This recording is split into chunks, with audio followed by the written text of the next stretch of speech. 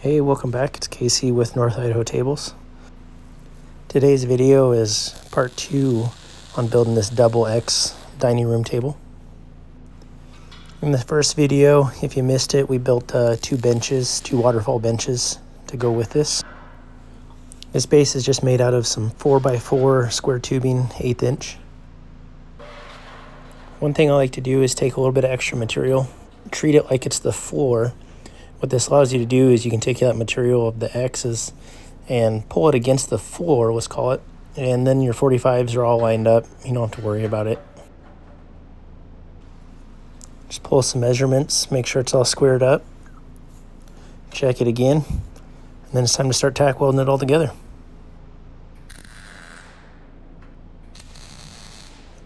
And yes, I know I wasn't wearing a helmet. I need to wear my helmet, everybody keeps telling me.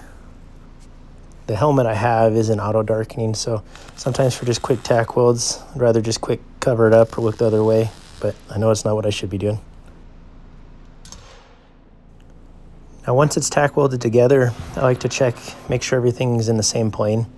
If it's not perfect now, you're going to really fight it when you go to actually metal finish your welds, and that's going to really show through the powder coat.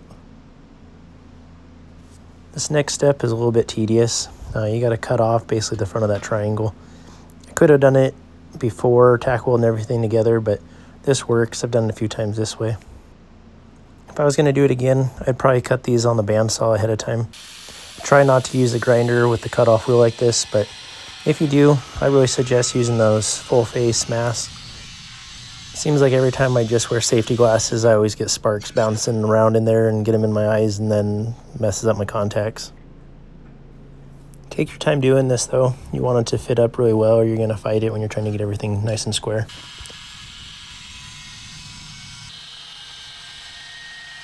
Now a minute ago I mentioned wearing a helmet when welding. Well, my wife came out to the shop and she offered to take a little bit of video. One thing kind of spaced was she didn't have any kind of eye protection on while holding the camera. She ended up getting some pretty bad flash burn and woke up in the middle of the night in a lot of pain, and yeah, whoops. What's kind of silly though is she knows better. She welds too, and we just didn't even think about it.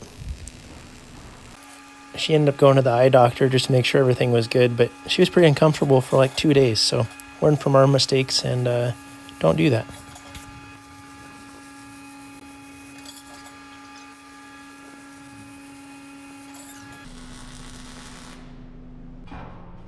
Now that center X is welded, it's time to grind a few of the welds, just because if you didn't do it now, once you added on the other extensions, it would be a real pain to get in there.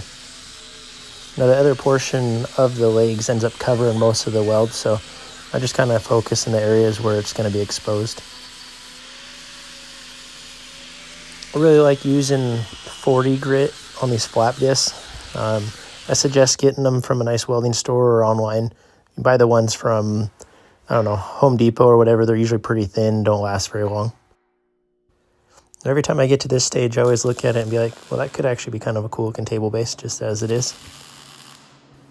Now, since this base has 4 points of contact on the ground, I like to weld out the other side at this point. And then if anything moves, it allows me to kind of adjust the other side to try to make it perfect so it sits perfectly flat on the floor. In the first video that I made, a lot of the comments suggested I showed more of the process of kind of building the table bases. So in this one I show more welding, but it's pretty straightforward. It's mostly just straight long welds and don't have to grind these ones, which is kind of nice. Now I'd like to apologize because I know I'm not putting out videos weekly or monthly at this point. This is not my full-time job. I'm actually an airline dispatcher for a cargo company. And I get in the shop as much as I can, but I have family, I have kids, and this is a side business, but I do sure enjoy it. Now, speaking of a little side business, in the first video I did mention how my son Maverick was making little serving boards or cutting boards for people. We did have a few people actually reach out from that first video that have asked for one. At this point, he's pretty busy with school, but we do have a few people on the list, and as soon as he gets some time, he'll be making some more though.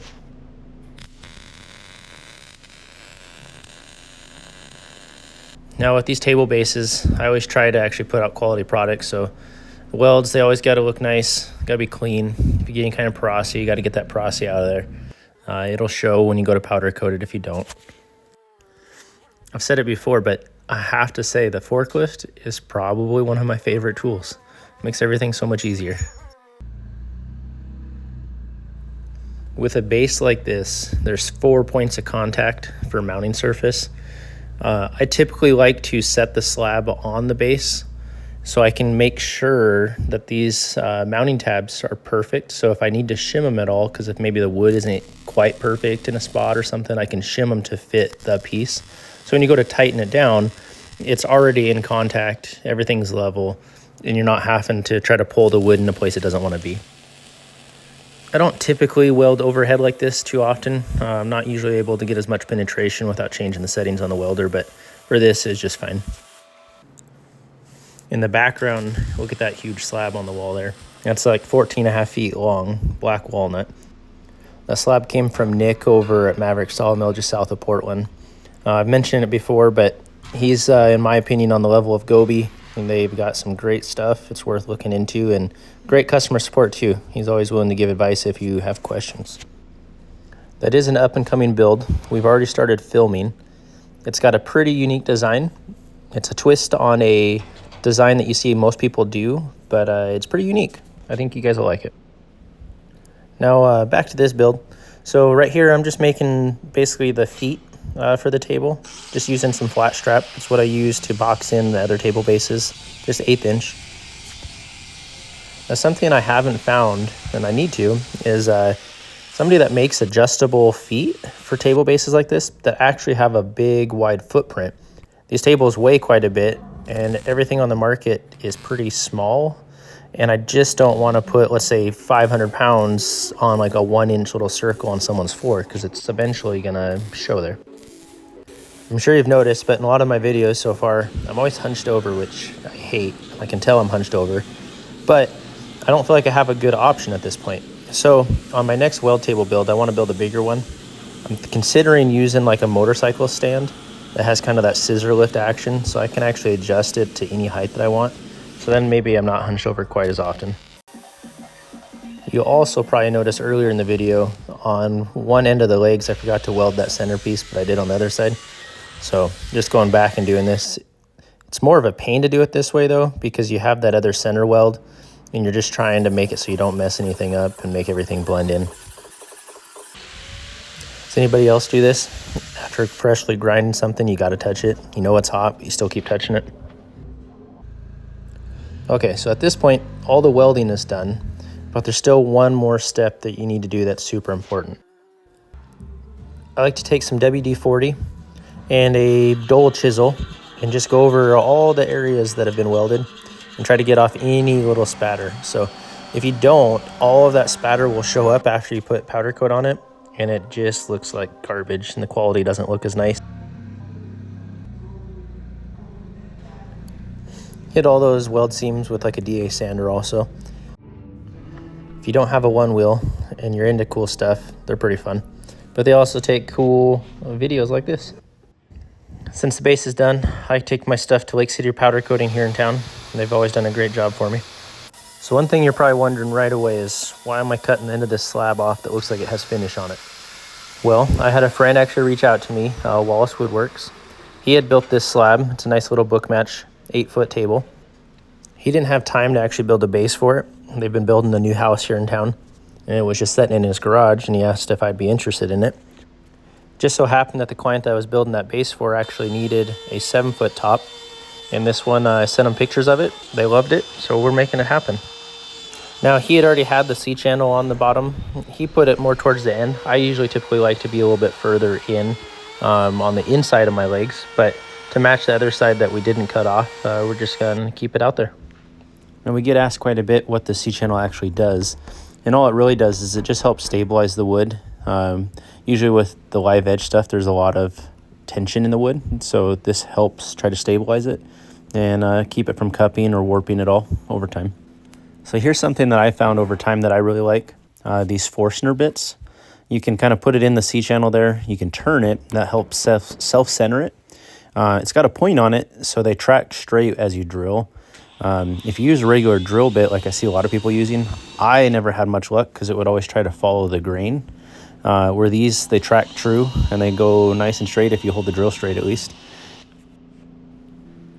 Give it a little countersink. It really helps that threaded insert just set flush in there. Lake City Powder Coating was able to get this base powder coated in like 2 days, which is pretty uncommon. Usually they're a week or two out, which is pretty understandable. They're a busy shop. When we built the shop, I didn't put the snow stops on the roof, so it's something I got to add. As you can see, having eave side doors is not always the best when you live somewhere where it snows, but it is what it is. Now, I don't do this on every single table where I recess the base into the top, but this one, the way it all laid out, it just kind of made sense, and it's really clean when you do it, so I'll probably start just doing it to every single one of them. When I install these threaded inserts, I usually like to put a little bit of glue on them. I've had good luck with the CA glue. That way it's kind of penetrating to the wood. I don't imagine that it's really grabbing the nut insert itself that well, just because it's a smooth surface, but something's better than nothing. In the directions, they tell you to install these with the Allen wrench that they supply, but I always just cut the Allen wrench and then just put it in my drill on the low speed. I personally like to do that versus doing it by hand because I'm not very good at trying to make sure it goes straight when I'm threading it by hand. This top had a beautiful finish on it, but it had been setting for a little bit, and I was like, you know what? It wasn't me that put it on there, so I just sanded off a little bit and just did another coat of Rubio. I know I've mentioned it before, but Rubio is my #1 wood finish that I like to use. I use it on pretty much everything I can. It's definitely not the cheapest finish out there, but it's pretty robust. Something I want to try is kind of that ceramic coating that some people are trying to do. I haven't got into that yet, but doing research on which one to buy. Well, if you guys have any questions, please leave them in the comments. I'd love to try to answer them. If you guys have suggestions what you guys want to see next, don't be afraid to ask either. But here's the final table. It turned out pretty badass with the benches, and I was pretty happy with it. If you want to support the channel, though, go ahead and like and subscribe, and I'll keep posting videos. Thanks, guys.